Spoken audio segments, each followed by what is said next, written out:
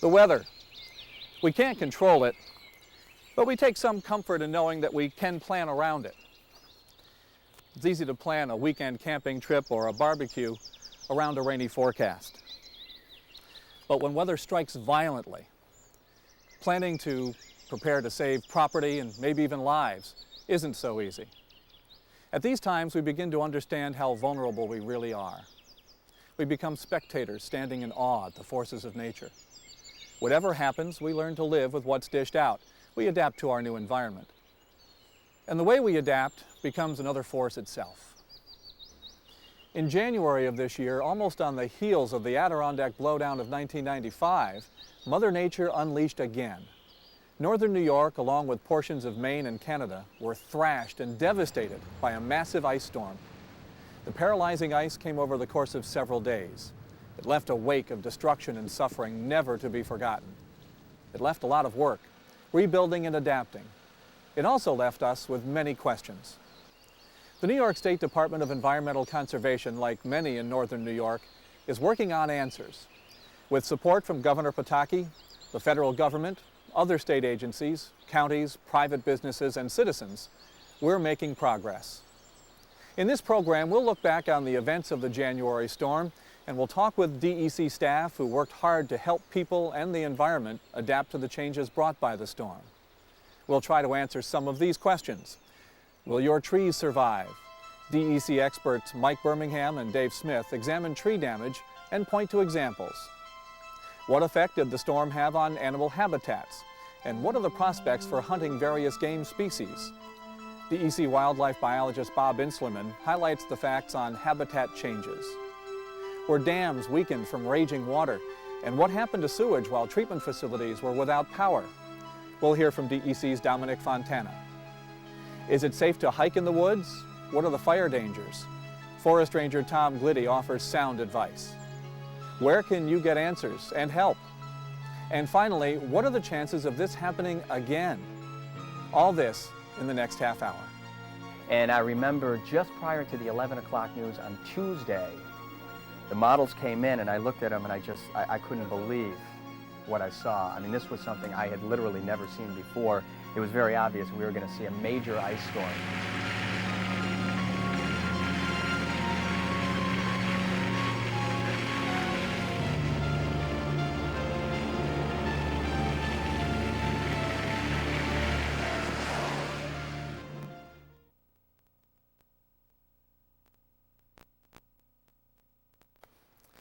The ice storm was a major weather event, having significant impacts on people, the environment, and structures. But what were the meteorological events leading to this storm? That turned out actually to be a very interesting week because on Monday that week, we had a little bit of freezing rain around. As a matter of fact, some schools in our region were closed because a warm front had worked its way in here, so we had some rain, came down, it froze on contact, the way that obviously freezing rain occurs. What happened was, though, that warm front kind of bowed back a little bit. So after that Monday morning, messy morning, things got a little bit better. We got a little respite weather-wise.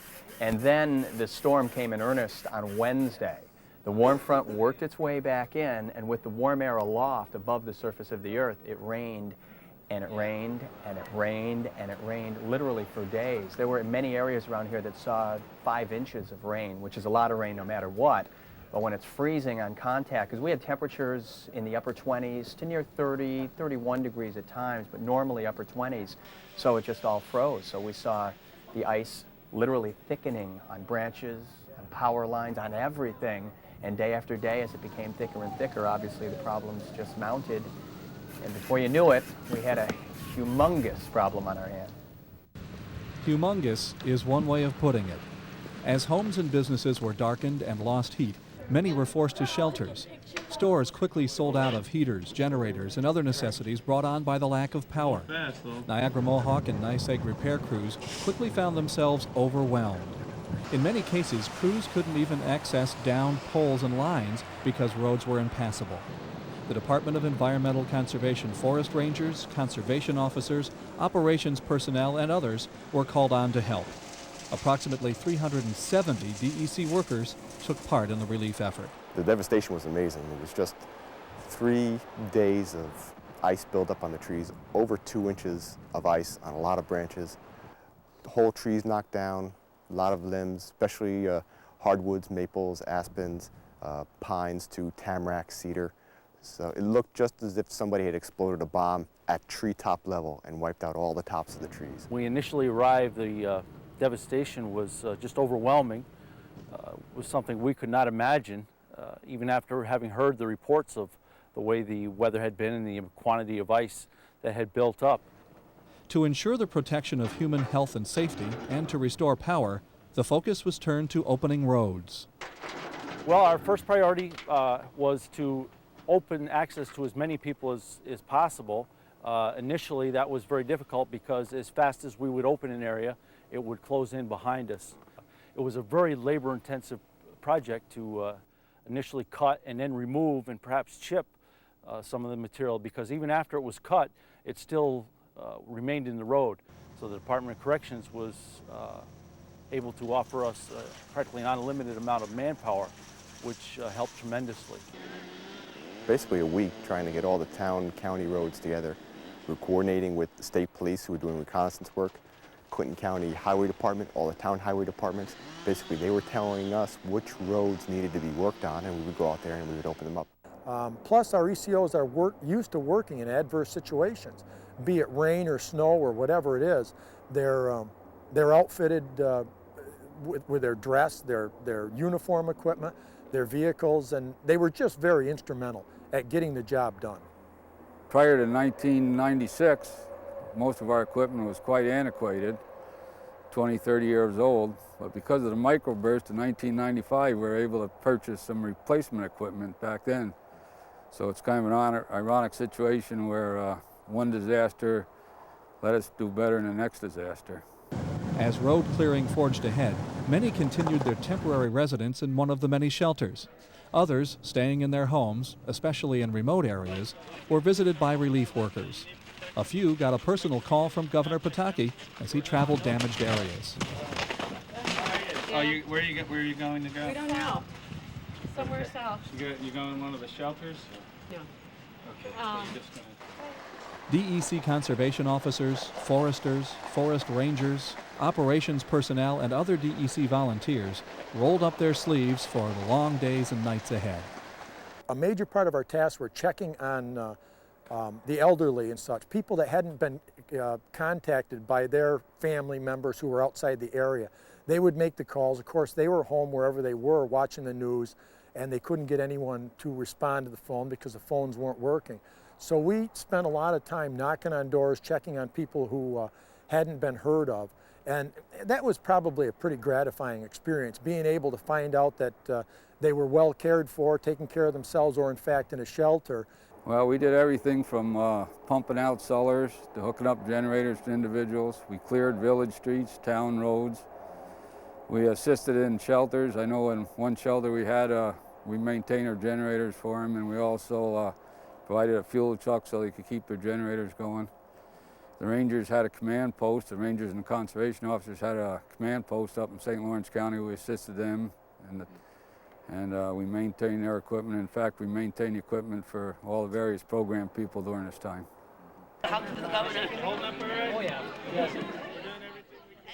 Governor Pataki visited damaged areas, shelters and command posts, and local officials to assess short and long-term needs. Meanwhile, State Agriculture and Markets Commissioner Don Davidson and DEC Commissioner John Cahill met with farmers and other landowners to find out how their agencies could further assist. By the time the ice and rain stopped, some 5 days after it began, 3 million acres of land had been damaged in New York State.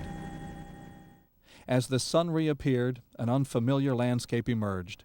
The scenes ranged from beautiful crystal vistas to eerie warlike zones. The new landscape was one of strange contrasts.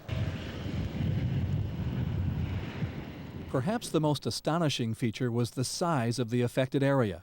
This map was produced by the DEC using aerial sketch mapping techniques and sophisticated geographic information systems analysis. It shows the area of impact with red highlighting the areas hit most severely. With some exceptions, the Adirondack Mountains on the map's interior were less impacted. Oddly, temperatures tended to be warmer over most of the higher elevations, not allowing ice accumulation.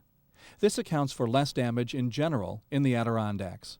But even in here, there were pockets of awesome destruction, like this stretch along Route 86 between Lake Placid and Whiteface Mountain.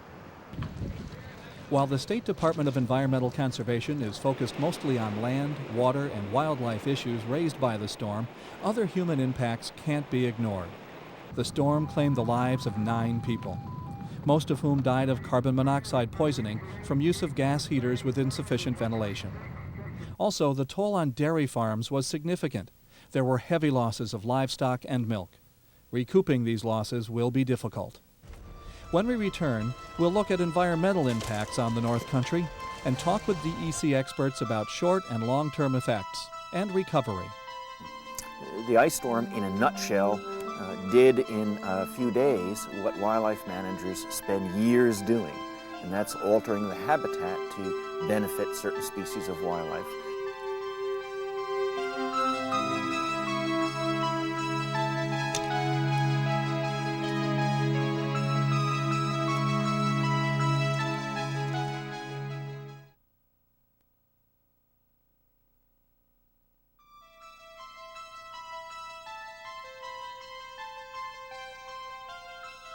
In this segment, we'll look at some of the storm's impacts on trees, wildlife, recreation, and other areas overseen by DEC. For the DEC and all other agencies involved, Governor Pataki made it clear that state government will be quick in responding to North Country needs. And our agency has done this basically in 2 ways. The Adirondack Park Agency issued an advisory which made our thresholds of jurisdiction very clear for small landowners, private landowners, and large forest products industry people, so they could get in and do the necessary salvaging they needed to. We also initiated a priority permitting process, so if someone did trip a threshold of jurisdiction and needed a permit, that permit would be issued promptly. The second thing we've done is in the area of education. We've worked very hard to reach out, send our technical staff out in the field to meet with individuals and landowners to help them to understand how best to react to this storm. We've also, in cooperation with the Department of Environmental Conservation, Commissioner John Cahill, developed an ice storm display, which we're showing all over New York State to help educate those outside of the area to better understand the terrible disaster that hit the North Country. The DEC and APA exhibit is just one educational outreach effort. Considering the economic impacts of woodlot and sugar bush damage, DEC foresters have teamed up with Cornell Cooperative Extension to provide educational workshops. Among the many topics covered are different types of tree damage and how to assess damage. If you look off this way a little bit, we have an aspen tree. Aspen tended to take it harder than a lot of trees. Its branches are fairly brittle, and on smaller trees they tend to bend over fairly easily. This one has lost probably 40 to 60% of its crown. You know, people ask if that's going to live. Yeah, that tree will probably live for quite a while. It won't be growing as well. It will be more susceptible if there is a dry summer or periods that cause stress in the tree. If there happens to be a defoliation, it'll have less strength to recover. So the next couple years is critical for a lot of these trees. If we have some good growing seasons, it'll help the trees recover better and then get back into a better growing cycle. Looking right behind me here, we have another tree, black cherry, that was alive and still is alive, but has very little of its crown left. That one is not going to live very long, but it is alive. We're realizing that the damage that sometimes looks pretty bad, it may not be as bad as it seems. Trees are pretty hardy. If you want a healthy, full crown tree, there's going to be a lot of places you're not going to have that for quite a number of years, but they will survive and continue to live. A lot of people have been concerned about taking immediate action, and the message we've been giving them is 3 things. Don't panic. Be extremely careful in the woods if you're going to do any work, or if you're doing work in your yard with trees with damage. And contact a professional if there's anything up above the ground or in your forest. You really need the eye of some of the forestry professionals to get a better idea of how much you need to do. In rural forests, immediate salvage of trees is not necessarily something you have to do immediately. With the dramatic increase of downed brush and tree limbs, many people will naturally want to remove the debris in areas near their homes. Although chipping is the most environmentally sound method to achieve this, many homeowners will burn debris instead. Every year, DEC forest rangers battle numerous wildfires started by careless burning. DEC forest rangers should be contacted for a burning permit and guidance on how to proceed with a controlled burn. The permit and advice are free, but failure to abide by safety conditions can be costly. Safety is a big concern for rangers during the warmer recreational months. Rangers, what we're concerned about, obviously, are things like forest fire prevention. Once a fire starts, being able to put it out. We're also worried about recreational users of the state land. There are a lot of trails up in the North Country, and a lot of it looks like this. And people, there's going to be a higher probability of searches and rescues because people are going to be lost on the trails. The trails aren't going to be where they were before. A lot of it's going to be similar to the blowdown that occurred, the microburst. People that hike and camp in these areas, one, make sure that you know your trails. If you're not sure where a trail is going to go, don't go there. Call the office first or call the local forest ranger to try to get an update on the conditions of the trails so that way you don't put yourself in danger. And be prepared to be lost. Always prepare for the worst.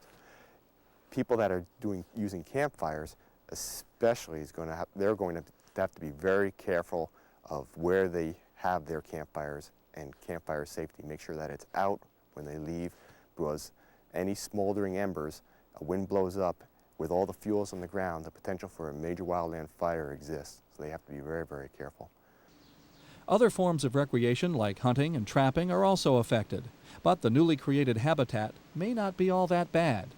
There will be some recreational impacts to hunting because access to many areas, because of fallen trees and brush, getting back in, if you will no doubt be much more difficult for big game hunters and some small game hunters.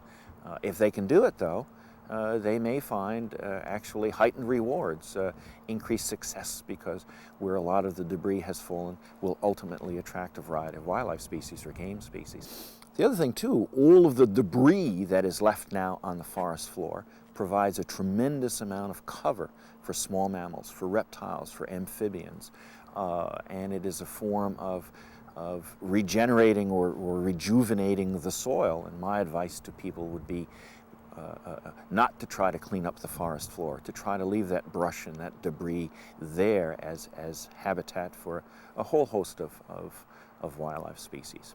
To sum up, there were no doubt some very short-term negative impacts to some wildlife species, but in the long term, nature did, as I said, what wildlife managers tried to do, and that is change the habitat to bring it back to some form of earlier successional stage. Nature did that quickly, very effectively, and I think in the long term, wildlife certainly isn't going to be hurt and most likely will benefit in many different ways. Most people associate DEC with forests, animals, habitats, and the like, but few realize that DEC also monitors things like dam safety, bridges, sewage treatment facilities, and other forms of waste disposal. Were any of these things affected during the storm? Overall, the damage from the ice storm to the environment wasn't that significant. The raw and untreated sewage that was discharged from the overflowing pump stations and the treatment plants was relatively minor and didn't create a significant environmental impact. And the spills from the transformers were cleaned up, and the extra solid waste was handled all right. So the dams that suffered damage can be fixed. And again, the damage to those weren't very significant either. So overall, the impacts on the environment weren't that significant, and the department monitors that situation and will continue working on the cleanup and repair of the dams. In the beginning of the program, we mentioned that sometimes the way humans adapt to new environments becomes a force itself, often with a long-term impact. The long-term impact is that, and the risk, I think, with this storm ecologically is if people just despair because of the adverse economic impacts the storm have had on landowners, if they just get out of the business of producing maple syrup, of growing timber, of the multiple uses that they put the land to, and convert these woods to other uses, non-forestry uses, then you have a long-term impact on the animals and the plants of that region. And it isn't that this one storm is going to change what people do with their land. It's just that it's a culmination of many events, both economic and weather-related, that have made the land ownership a high risk, in many people's opinion, and a low reward on their capital. DEC recognizes these hardships on landowners and is working to learn so that others can be better helped in the future. In some ways, the storm has created new learning opportunities. We're really learning to some degree as much as everybody is about this. In terms of overall ecological impacts, we're also learning on that and plan to, in conjunction with some of the colleges, do some research, set up some research plots and track what happens to forests that were hit at varying degrees over time, so that we have something more to tell people in the future in places where this happens again. There are opportunities, I think, that come out of the storm, as there is in any sort of a silver lining here. And I think a lot of it is in the area of education and science. The fact is that if we approach this storm correctly and we do the right things, we can actually improve the health of the forest as a result of this, because there's influx of money from government-sponsored programs to help landowners recover. There's educational programs that are being in the form of workshops, and there are lots of people now who are focusing on the Adirondack region where the storm occurred to provide professional help to landowners, and landowners are out trying to understand what's happened to their woods and to make better decisions. So I think that's one opportunity that we could actually, as a result of all these different activities, we could actually improve the health of the forest and its utility. I think another opportunity is in science. In spite of all the storms that occur, there's actually not a lot of good documentation. In this particular storm, because of where it occurred, it happens that there are many plots that were put in for other purposes. And so there's a potential that can be realized of gathering data that we had before the storm and now going back and collecting additional data, so we have a comparison and we can compare what the condition of the forest is after the storm with what it was before, and we can reach some conclusions. And these conclusions, I think, are very valuable for developing both the government programs and management by the landowner.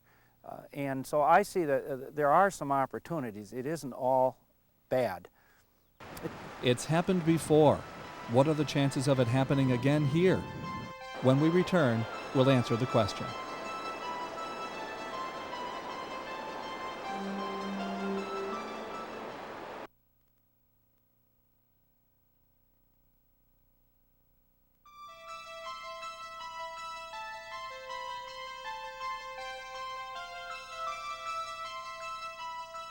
What about repeat disasters? For example, the blowdown storm of 1995 was not unprecedented.